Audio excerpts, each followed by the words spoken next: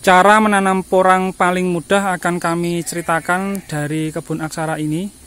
Semoga teman-teman bisa terbantu dari pengalaman kami ini, teman-teman.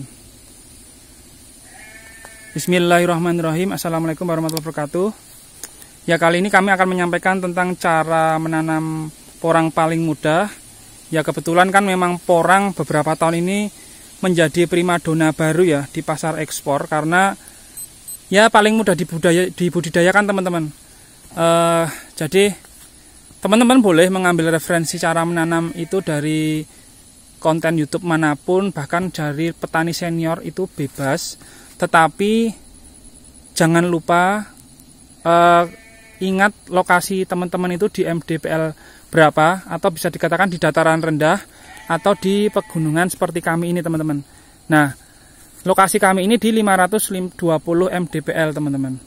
Nah, kenapa kami bisa menyampaikan cara menanam porang itu paling mudah di video kali ini?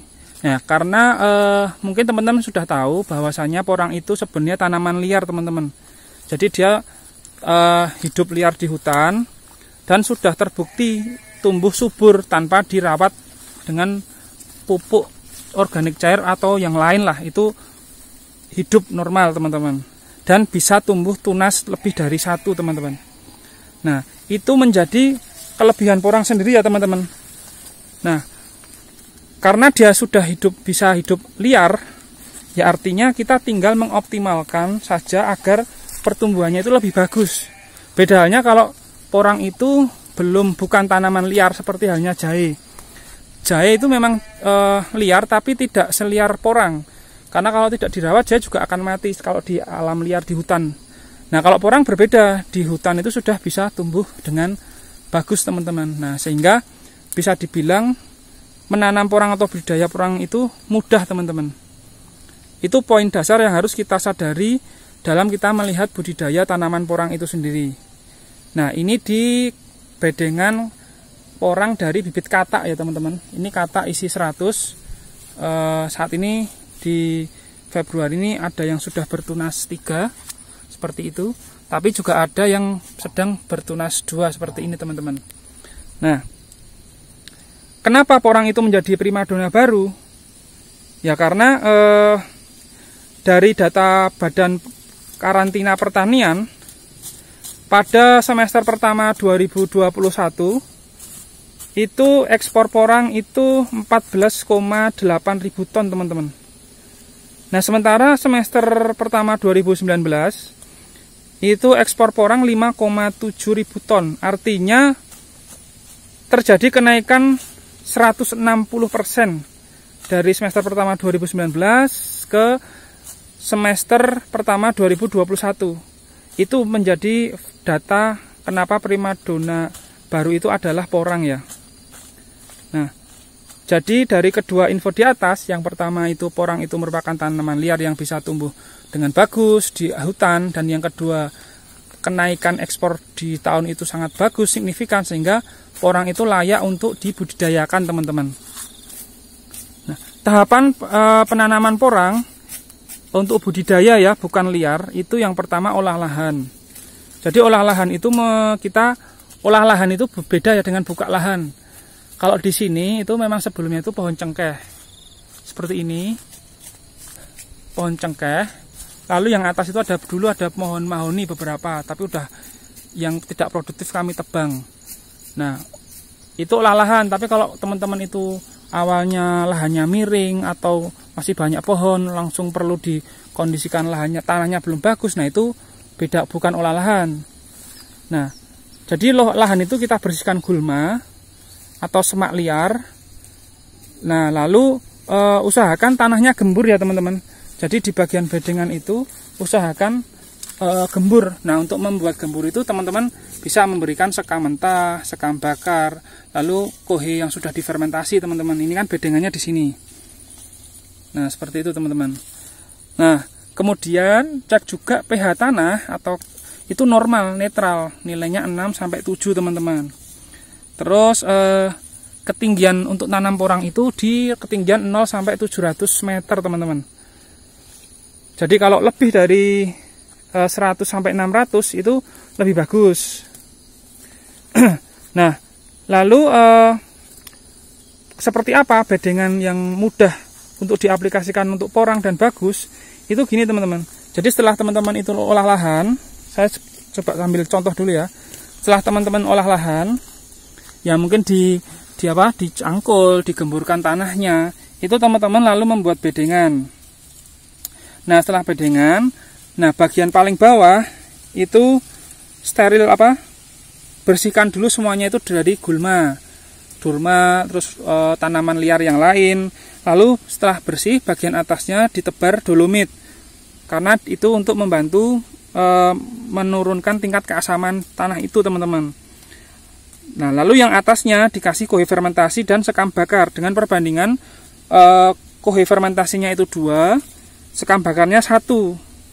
Nah, kalau cara kami membagi lahan itu menjadi 2. Yang pertama lahan pembibitan, yang kedua pembesaran. Jadi pembibitan itu kami lokasinya di atas sana, yang kami di bawah naungan bambu. Nah, itu kami kasih pembibit katak sekilo isi 500 katak mini. Nah, kenapa kami bilang pembibitan? Karena nanti untuk musim mendatang bibit umbinya itu akan kami jadikan bibit umbi.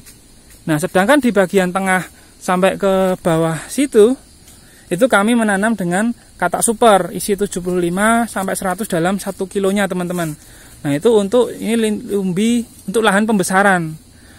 Nah, dengan kita membagi lahan kita yang 1/4 bagian untuk lahan pembibitan, yang 3/4 itu untuk lahan pembesaran, harapannya kita bisa memanen porang itu setiap tahun.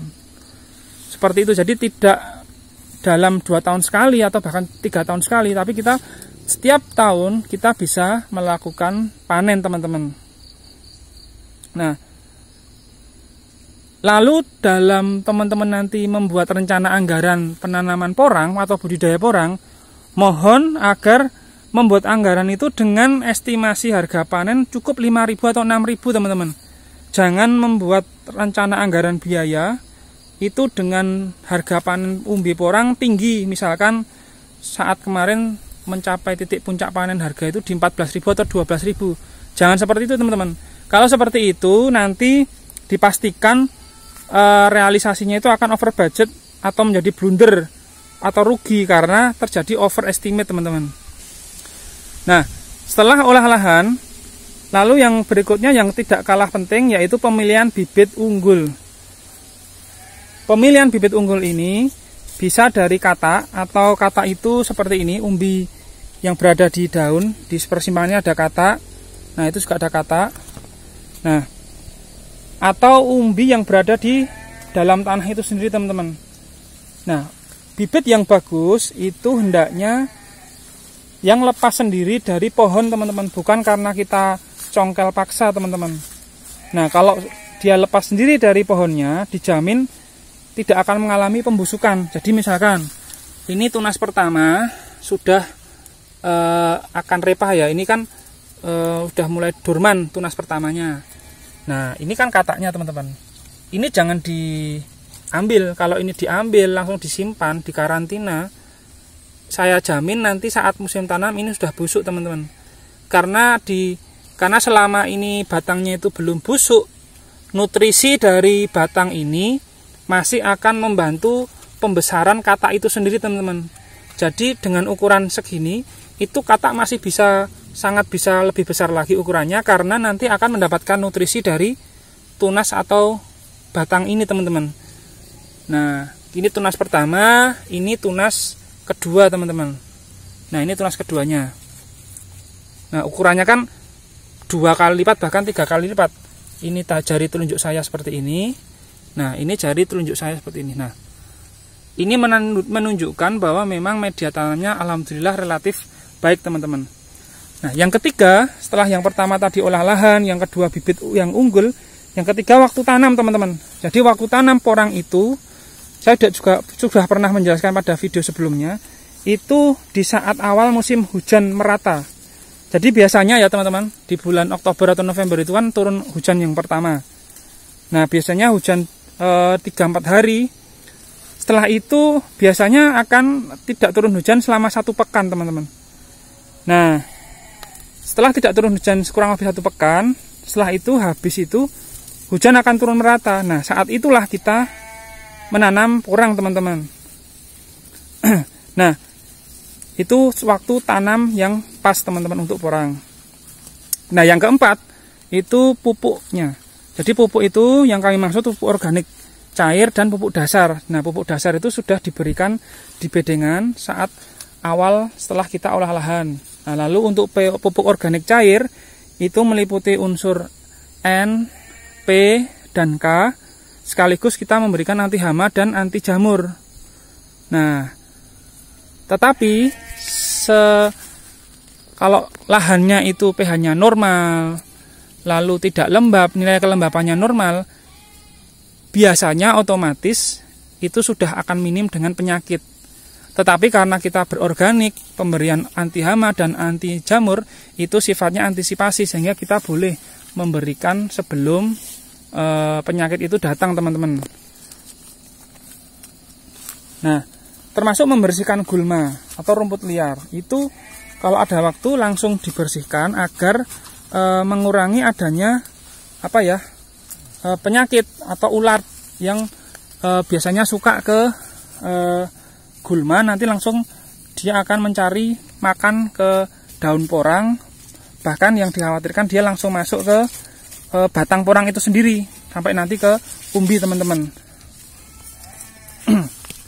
Nah, jadi kami bilang porang itu tanaman yang mudah untuk ditanam. Itu sebenarnya bisa tetap ditanam liar, tetapi kalau tidak dipupuk juga tentunya pertumbuhan tunas itu tidak secepat dibandingkan kalau porang teman-teman itu dipupuk. Bahkan kalau tanaman porang teman-teman itu tidak dipupuk, tunas kedua mungkin bisa tumbuh, tetapi pembesaran tunas kedua dibandingkan tunas pertama itu nanti akan relatif sama. Bukan seperti ini, teman-teman. Kalau ini kan, ini tunas pertamanya. Nah, ini tunas pertamanya, ini tunas keduanya. Nah, tapi kalau teman-teman lahannya itu tidak diberikan pupuk, tidak dirawat, gulma juga dibiarkan meninggi, subur, ya sangat tidak mungkin nanti tunas kedua, bahkan tunas ketiga, ini biasanya akan hampir sama dengan tunas yang pertama ukurannya, teman-teman. Jadi, perawatan itu juga penting ya. Nah, bahkan di video sebelumnya dalam playlist budidaya porang, saya juga pernah membahas kenapa porang liar itu justru tumbuh subur tanpa penyakit, sedangkan jika dibudidayakan justru mulai muncul penyakit. Nah, ini juga tidak hanya di porang saja ya. Kalau kita namanya sudah budidaya, tanamannya sudah banyak, dalam satu area itu dominan, yaitu akan mengundang hama karena relatif seragam. Sehingga kami sarankan kalau kita budidaya porang, usahakan di dalam kebun teman-teman atau di sekitaran teman-teman itu tidak hanya porang saja. Misalkan kami dengan cara ada jahe, lalu kami tetap ada cengkeh, bahkan seperti iles-iles itu juga kalau bisa jangan dibabat habis, karena itu untuk mengalihkan perhatian dari hama yang akan mengganggu ke porang, sehingga nanti hama yang akan mengganggu ke porang akan lari ke iles-iles yang relatif sejenis atau bahkan ke tanaman lain, teman-teman. Nah, tetapi saya juga sebagai petani pemula, khususnya dalam budidaya porang ini, saya menyampaikan bahwa setiap petani itu punya cara berbeda ya, teman-teman, dalam berkebun, yaitu menyesuaikan kondisi geografis dan lahan masing-masing. Jadi sebenarnya petani itu ya wajib tidak wajib, nggak harus untuk menyamakan untuk cara bertaninya. Namun secara konsep itu sama, artinya teman-teman memahami betul bahwa porang itu harus ditanam di saat kapan, bibit yang bagus itu seperti apa, olah lahan yang bagus seperti apa, teknisnya seperti apa, perawatan yang bagus itu seperti apa. Jadi kalau konsep itu sudah disadari, kita untuk mengkondisikan lahan kita di dataran rendah atau dataran tinggi, itu insya Allah bisa lancar, teman-teman. Nah, saya juga mengucapkan terima kasih bagi teman-teman yang sudah menonton video budidaya porang, jahe, maupun ke ternak kambing perah, teman-teman. Semoga teman-teman dan keluarga selalu diberikan kesehatan, rezeki, serta keberkahan. Terima kasih. Wassalamualaikum warahmatullahi wabarakatuh.